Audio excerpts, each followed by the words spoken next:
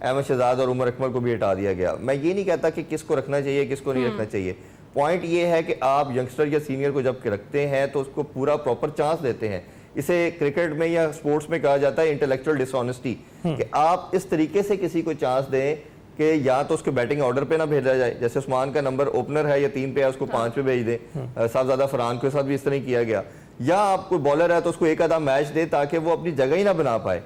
Proper رن آپ کسی لڑکے کو, کوئی بھی بچہ ہے, دیکھیں ہر بندہ پاکستان میں ایک پولیٹکس جانتا ہے اور کرکٹ جانتا ہے, 2 ہی آپ کے پاس ایریاز آف ڈسکشن ہے.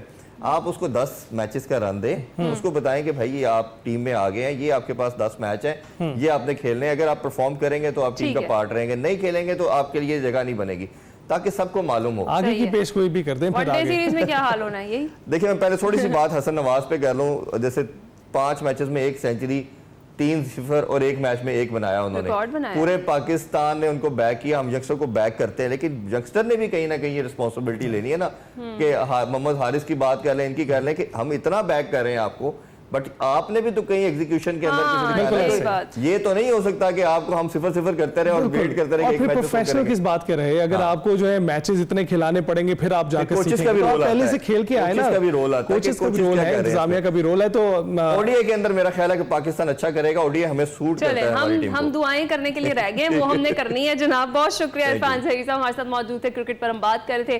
پروفیسر صاحبان بھی ہمارے ساتھ موجود ہے. اپنی وہ جو گفتگو ہے اس کو وہیں سے ہم دوبارہ سے جوڑیں گے جہاں سے ہم نے اس کو بریک کیا تھا. بریک پر جاتے ہیں, کچھ دیر میں واپس آتے ہیں.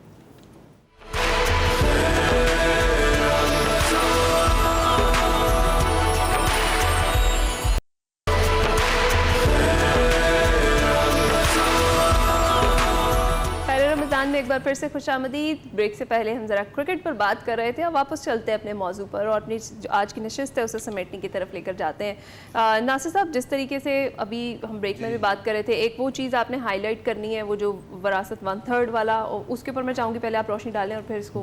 وہ میں یہ عرض کر رہا تھا, شاہ جی نے بھی اس طرف اشارہ کیا کہ والدین کے پاس ایک اختیار اپنی وصیت کا بھی موجود ہوتا ہے. وصیت کا آپ اپنی ٹوٹل کے 1/3 میں وصیت کر سکتے ہیں کسی ایک کو بھی دینے کے لیے. سپوز کسی کو ویسے وفات میں خیال آیا کہ یار میرے پاس تو میری بہنوں کا ایسا تھا, میرے والد کی وفات کے بعد میری بہنیں حصہ نہیں لے سکیں, اب اس کو احساس پیدا ہوا, وہ کہہ سکتا ہے کہ میرا یہ 1/3 ان کو دے دیں, یا میرا یہ 1/3 فلاں مسجد کو دے دیں, فلاں ادارے کو دے دیں, 1/3 کسی ایک اولاد کو. یا اگر پوتے یتیم ہیں, یتیم پوتے رہ گئے, مثلا باپ کی زندگی میں اس کے بیٹوں میں سے کوئی ایک فوت ہو گیا, تو اب جو اس بیٹے کی آگے اولاد ہے وہ یتیم پوتے ہیں, ان کے لیے وصیت کر دے کہ 1/3 ان کو ملے گا, کہ ان کا باپ نہیں ہے تو ظاہر باپ نہ ہونے کی وجہ سے چچوں میں تقسیم ہو جائے گی, پھوپھیوں میں, تو وہ بیٹے محروم ہو جائیں گے. 1/3 ان کے لیے یہ ایک اضافی سہولت دی ہے اللہ نے, کہ 1/3 میں ٹوٹل مال کی وصیت نہیں ہو سکتی, وصیت کام کرے گی 1/3 میں, تو وہاں ہو جائے گا. باقی رہ گیا جو وصیت ہوتی ہے ہمیشہ مرنے کے بعد, زندگی میں وراثت وفات کے بعد ہے. جب تک وہ زندہ ہے اپنے سارے مال کا مالک ہے, ٹھیک ہے, اپنے مال کا مالک ہے, اس میں اولاد اسے مجبور نہیں کر سکتی کہ مجھے دیں. میں نے ایسا کئی گھروں میں دیکھا ایک بیٹا کہ مجھے میرا حصہ چاہیے. او بھائی حصہ کیسے تمہارا ہو گیا, جب تک باپ زندہ ہے تمہارا حصہ نہیں ہے, خود کماؤ, محنت کرو. بالکل ٹھیک. اور فاضل صاحب, لے پالک یا اڈاپٹڈ جو چلڈرن ہوتے ہیں ان کے حوالے سے کیا احکامات؟ یہ بڑا ٹرکی ایک بہت مسائل ہے اس میں, کیونکہ بہرحال ایک لیول پہ آپ کی افیلیشن بھی ان سے ڈیولپ ہو جاتی ہے اور آپ کے گھر میں وہ پلتے بڑھتے ہیں, لیکن پھر بھی وہ حرمت والے رشتوں کے اس طرح کنیکٹڈ بھی نہیں ہیں, شریعت کے وراثت میں بھی کنیکٹڈ نہیں ہیں. تو اگر آپ نے ان کو کچھ دینا ہے تو اس کی ایک تو صورت یہ ہو سکتی ہے اپنی لائف میں کچھ گفٹ کریں, ہبا کریں. ہبا تو آپ کر سکتے ہیں نا اپنی زندگی میں, چاہے آپ 100% کسی کو دے دیں, اچھا 100% بھی دے دیں. سرکار دو عالم نے گو کے تعلیم عنایت فرمائی ہے ایسا نہ کرو. وہ لا نہیں ہے, وہ نارمیٹو بات ہے کہ یہ غیر منصفانہ بات ہے, ایسا نہیں کرنا چاہیے تمہیں. لیکن لا یہ ہے, قانون شریعت یہ ہے کہ اگر وہ مالک ہے وہ 100 کا 100 کسی کو دے دے, 100% کسی کو دے دے, آپ نہیں پوچھ سکتے. تو وہ لے پالک کو دینا چاہے دے سکتا ہے, 100% دے سکتا ہے اگر دینا چاہے تو, نہیں دینا چاہے تو نہیں. اگر وراثت کی بات آئے گی تو وہ بچے کو پھر نہیں ملے گا. مطلب اس پر بہرحال یہ احسان تو انہوں نے کیا نا کہ ایک ایسا بچہ تھا جو یتیم تھا, اس کو ریز کر کے اس کی شادی کر دیا, اس کو کمانے کے لیول تک پہنچا دیا, تو یہ احسان تو بہرحال باقی رہے گا اور اس کا اس کو ثواب ملتا رہے گا. اور ناصر صاحب جب بات ادھر چلی گئی ہے تو کچھ واقعات ایسے بھی ہوئے ہیں جس میں سائن کرواتے ہوئے باپ سے دیکھا گیا ہے باقاعدہ CCTV. بالکل. اور اس وقت جو ہے ہم نے یہ بھی دیکھا ہے پھر پنجاب اسمبلی میں بھی ایسی قراردادیں پیش کی گئی ہیں جس میں جو ہے بتایا گیا کہ اگر باپ نہ بھی چاہے حصہ دینا تو بھی جو بچوں کا حصہ ہے وہ ویسے کا ویسا ہی رہے گا جس کا جتنا ہے. وراثت تو اسی طرح رہے گی. یہاں پہ ایک بات میں آپ کی اجازت سے اگر ناراض نہ ہو, یہ کانسیپٹ ہے آگ کرنے کا, اس کی شریعت کے اندر کوئی وہ یہ اسٹیبلش نہیں ہوتا, کوئی اس کی نہیں ہے. اگر آپ کو کوئی نافرمان بچہ ہے وہ جتنا بھی برا ہے, ہم نیوز پیپرز میں ایڈ ہاں وہ یہ ایک بڑی پاکستانی کہہ لیں یا کلچرل بات کہہ لیں یا ہندوانہ بات کہہ لیں, اس کا دین سے تعلق نہیں ہے. جو نافرمان ہے وہ گناہگار ہے, نافرمانی اس کو جہنم تک لے کے جائے گی, مگر وراثت میں اس کا حصہ رہے گا. آپ باپ جتنا مرضی آگ کر دے کہ جی میں اس کو آگ کرتا ہوں, یہ میری وراثت میں سے حصہ نہیں لے گا, لیکن اس کا حصہ باقی ہے اور اس کا حصہ اس کو ملتا بھی ہے اور ملنا چاہیے بھی. ٹھیک ہے جی. مطلب یہ بچے میں جو اڈاپٹڈ بچے میں ایک مسئلہ بڑا بنتا ہے کہ بعض اوقات تو اگر کوئی یتیم ہے, اگر کوئی ایسا بچہ جس کا کوئی والی وارث نہیں ہے, وہ اس کے مسائل تو الگ ہیں پرابلم. یعنی اس کو ایک چیز یہ ضرور رکھیں کہ اپنا والد کے خانے میں آپ کا اپنا نام نہیں ہونا چاہیے. یہ اللہ نے کیٹیگوریکلی منع کر دیا. ادعوہم لآبائہم هو اقسط عند اللہ, اپنا نام نہیں دے سکتے. یہ بات 2 + 2 4 کی طرح واضح لکھ لیں. یہ مسائل ہے بہت, لوگ اپنا نام لکھتے ہیں, یہ نہیں ہونا چاہیے. اگر اس کے باپ کا نام نہیں پتا کون اس کا باپ تھا, ایون دین عبداللہ لکھ دیں. ٹھیک ہے. اس کی ماں کے خانے میں امت اللہ لکھ دیں, اللہ کی بندی, اللہ کا بندہ, لیکن آپ اپنا نام نہیں لکھ سکتے. دوسری چیز یہ ہے کہ جب آپ کسی اپنے بہن بھائی سے کوئی ایک بچہ لے لیتے ہیں, پالتے ہیں اپنے رشتہ داروں میں سے, وہ بیچارہ دونوں طرف سے بعض اوقات محروم بن رہا ہے. وہ اپنے باپ کی وراثت کا حقدار ہے, بے شک چچا کے پاس رہ رہا ہے, بے شک اپنے ماموں کے پاس رہ رہا ہے, یا کسی اور جگہ رہ رہا ہے جس کسی نے اسے رکھ لیا جس کی اولاد نہیں تھی, تو اپنے باپ کی وہ وراثت سے محروم نہیں ہوتا جو اس کا حقیقی باپ ہے. لیکن ہوتا یہ ہے کہ وہاں سے بھی اس کو محروم کر دیتے ہیں یا اس کا ایسا نہیں بنتا, تو اس کے لیے پھر وہی طریقہ کار ہے. سے دوری ہوگی, یہ والے مسائل تو پروفیسر صاحب بالکل بڑھتے جائیں گے. نشست کو سمیٹتے ہیں, کنکلوڈ کریں کہ والدین کی کتنی میجر رسپانسبلٹی جو ہے, جس طرح ہم نے پورا بہت بڑی ذمہ داری ہے جی, بہت بڑی ذمہ داری ہے. اگر اللہ نے آپ کو والد یا والدہ بنایا ہے, اگر اللہ نے آپ کو اولاد جیسی نعمت عطا کی ہے, تو ان کا براٹ اپ کرنا, ان کو جنتی بنانا آپ کی ذمہ داری ہے کہ آپ نے ان پر محنت کرنی ہے. ان کے ساتھ ناانصافیاں کر کے ان کے دلوں میں بغض ڈال دیں اپنی غلطیوں کی وجہ سے, یہ والدین کے لیے بہرحال آخرت میں جواب دہ تو ہوں گے. اور آپ کو کتنا امپورٹنٹ لگتا ہے فاضل صاحب کہ جوڑے رکھنا ماں باپ کا ہی کام ہے؟ جوڑے رکھنا بھی ماں باپ کا کام ہے. دیکھیں آرٹ آف پیرنٹنگ میں جو بڑی بات ہے نا وہ یہ ہے کہ کل کو اس بچے نے صرف آپس کی معاملات یا خاندان کا مسئلہ نہیں ہے, they have to be a productive citizens of your state and community. یہ بات بہت لمبی ہے, بہت بڑی ہے. آپ دیکھیں گے اس کائنات میں جتنے بڑے لوگ ہوئے ہیں نا, ان کے پیرنٹس نے بہت بڑا رول پلے کیا ان کی لائف کے اندر.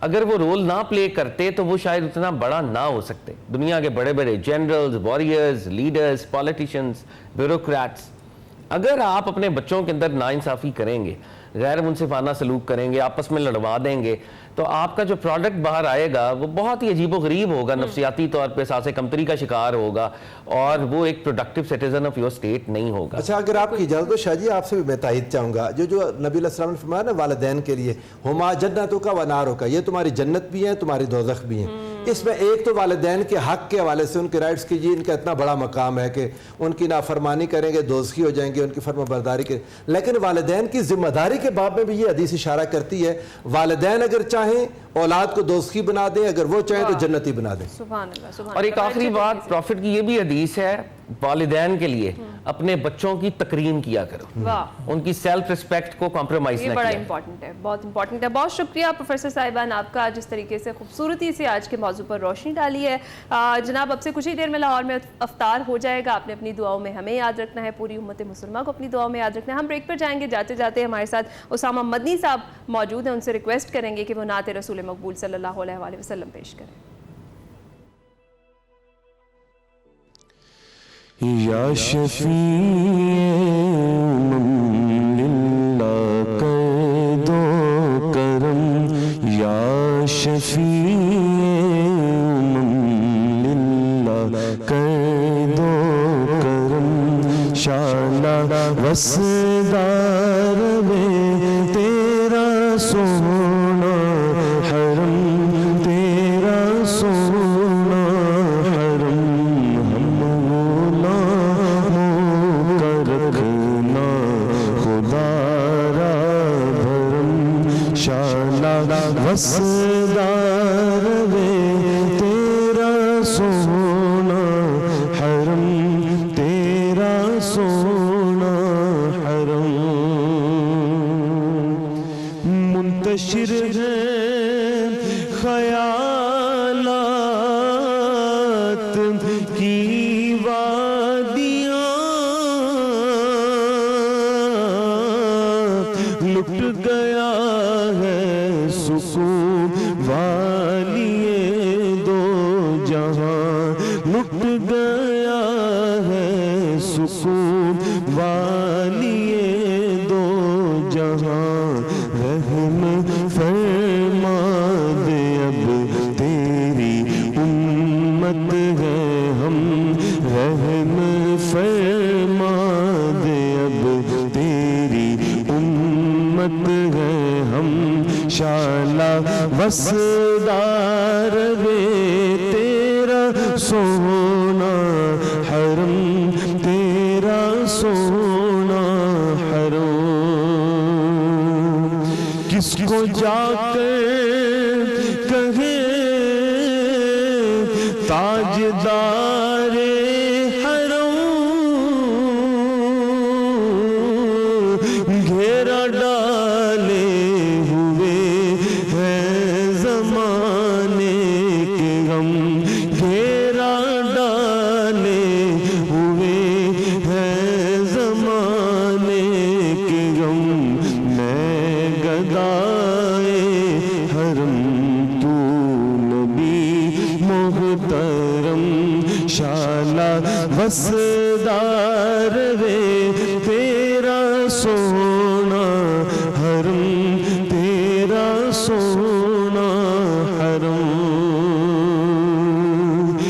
یا نبی اپنی الفت کی سوغات دے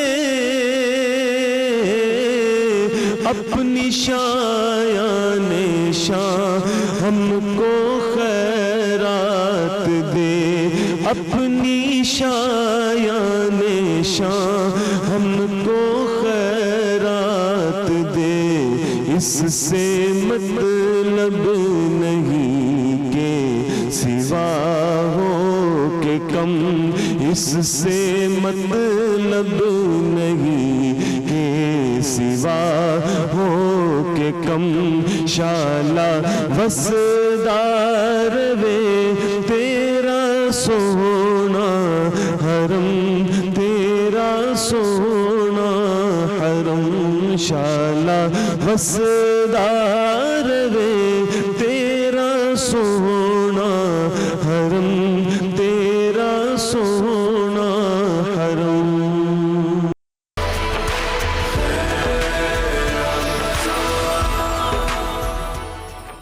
خیر رمضان میں ایک بار پھر سے خوش آمدید. اور جناب اب ہم بات کرنے جا رہے ہیں کہ عالمی دائرہ صحت کے مطابق کینسر سے ہر سال 1 کروڑ سے زائد افراد موت کے منہ میں چلے جاتے ہیں اور یہ تعداد 2030 تک 1 کروڑ 70 لاکھ تک پہنچ سکتی ہے. یہ بہت بڑا نمبر ہے. دنیا بھر میں ہونے والی ہلاکتوں سے ہر 8ویں شخص کی موت کینسر کی وجہ سے ہوتی ہے. پاکستان میں اگر بات کریں تو سالانہ 1.5 لاکھ افراد کینسر میں مبتلا ہو رہے ہیں. اگر مرض پر تشویش کا اظہار یہاں پر تو کیا جاتا ہے لیکن عملی طور پر اس جان لیوا مرض پر کوئی خاص قسم کی توجہ نہیں دی جاتی ہے. لاتعداد ادارے اس مرض پر قابو پانے میں پیش ہیں. انہی اداروں میں سے ایک ادارہ شوکت خانم کینسر اسپتال بھی ہے جو گزشتہ 28 سال سے 75% مریضوں کا مفت علاج کر رہا ہے ماشاءاللہ. اور یہ آپ کے صدقات اور عطیات کی بدولت ہی ممکن ہے کہ مریضوں کا مفت علاج ممکن ہو. اور جناب اس کے لیے آپ کو ضرورت ہے کہ بڑھ چڑھ کر جتنا پارٹیسپیٹ آپ کر سکتے ہیں آپ کریں. اس حوالے سے گفتگو ہم نے کرنی ہے. ہمیں جوائن کر چکے ہیں چیف میڈیکل آفیسر شوکت خانم اسپتال ڈاکٹر محمد عاصم یوسف صاحب. السلام علیکم ڈاکٹر صاحب, کیسے ہیں آپ؟ ڈاکٹر صاحب سب سے پہلے تو ہم جانتے ہی ہیں کہ شوکت خانم ایک عرصے سے کار خیر میں جو ہے وہ اپنا کردار ادا کر رہا ہے، لیکن اس کے ساتھ ساتھ ہم یہ بھی جاننا چاہتے ہیں کہ کتنے افراد آپ کو اب ہسپتال میں آپ ٹریٹ کر رہے ہیں اس وقت، اور ان کا انفلکس کتنا تیزی سے بڑھ رہا ہے؟ جی، سو جیسے ابھی ذکر ہوا 1,80,000 سے زیادہ نئے پیشنٹس ڈائگنوز ہوتے ہیں ہر سال پاکستان میں کینسر کے ساتھ. ان میں سے 90,000 50% سے زیادہ کی ڈیتھ ہو جاتی ہے اسی سال میں جب وہ آتے ہیں، کیونکہ اتنی لیٹ وہ آتے ہیں. ان میں سے تقریباً 45,000 مریض ہمارے واک ان کلینکس میں آتے ہیں، اور ان میں سے جتنے ہم سٹیج کے مطابق ایکسیپٹ کر سکتے ہیں. پچھلے سال ہم نے 14,500 نئے کینسر پیشنٹس ایکسیپٹ کیے تھے دونوں ہسپتالوں میں، لاہور اور پشاور میں ملا کے. اور اس کے علاوہ تقریباً 30,000 مریض ایسے ہوتے ہیں جو فالو اپ میں ہوتے ہیں، ایکٹیو ٹریٹمنٹ ہو چکا ہوتا ہے.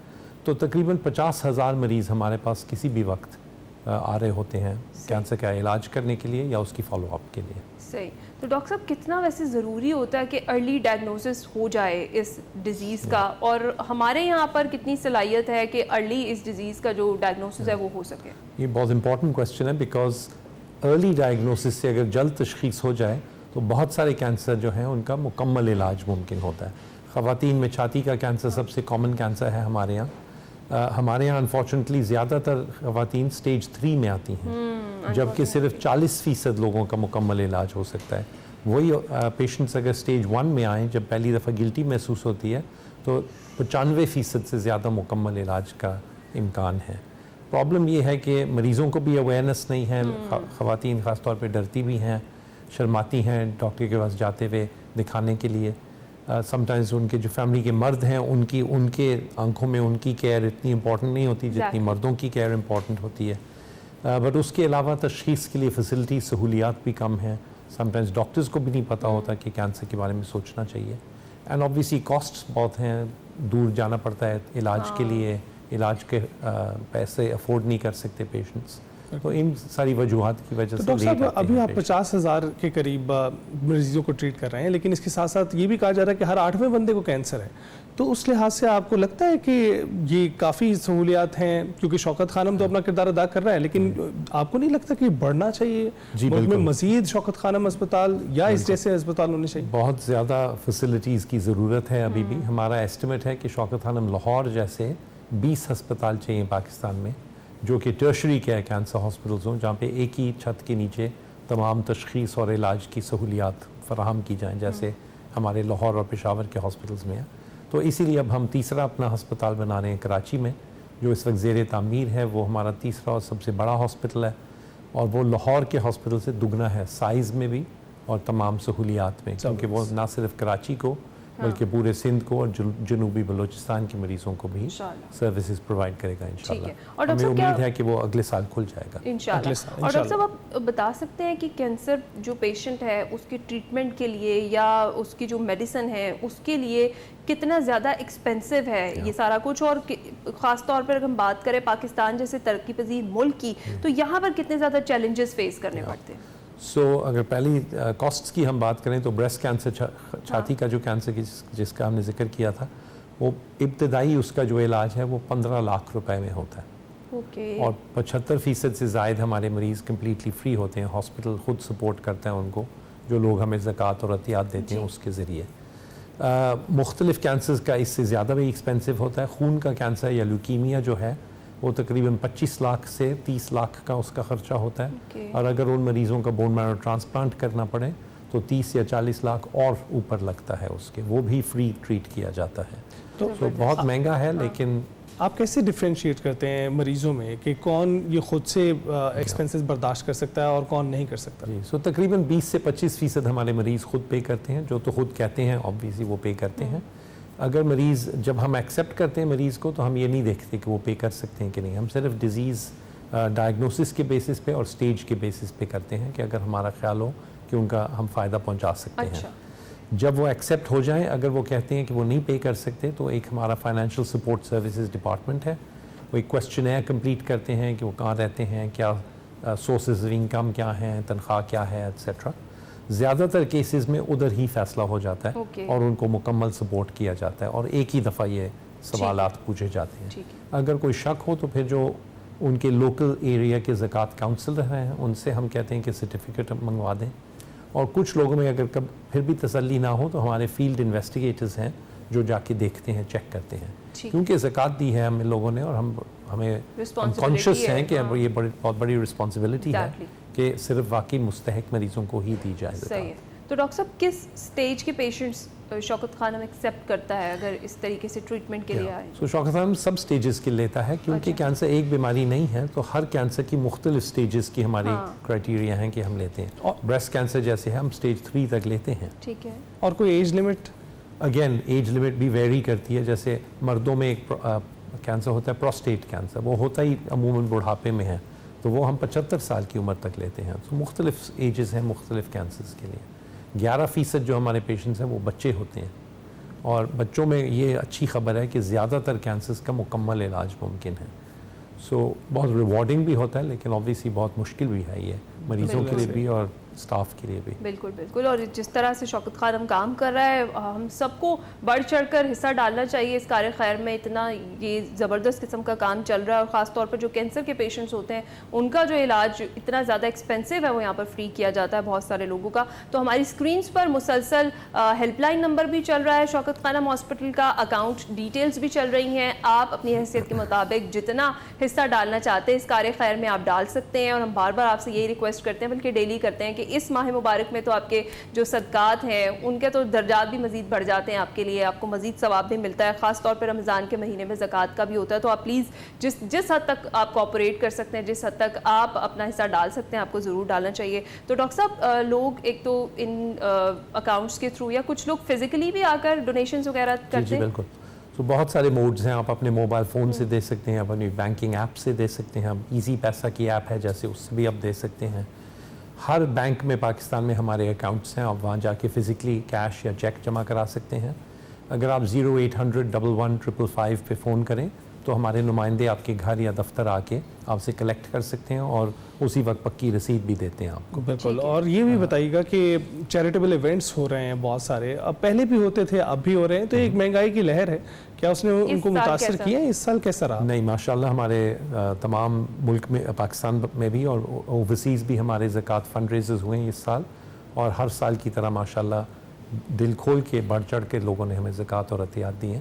اور پچھلے 30 سال سے ہمارا ریکارڈ ہے کہ ہر سال 30 سال ہو گئے ہاسپٹل کو فنکشن کرتے ہوئے, تو ہر سال پچھلے سال سے زیادہ زکوٰۃ اور عطیات اکٹھی ہوئی ہے, کیونکہ لوگ ٹرسٹ کرتے ہیں شوکت خانم کو, اور اسی کی وجہ سے ہر سال پچھلے سال سے زیادہ مستحق مریضوں کا فری علاج ممکن ہوا ہے.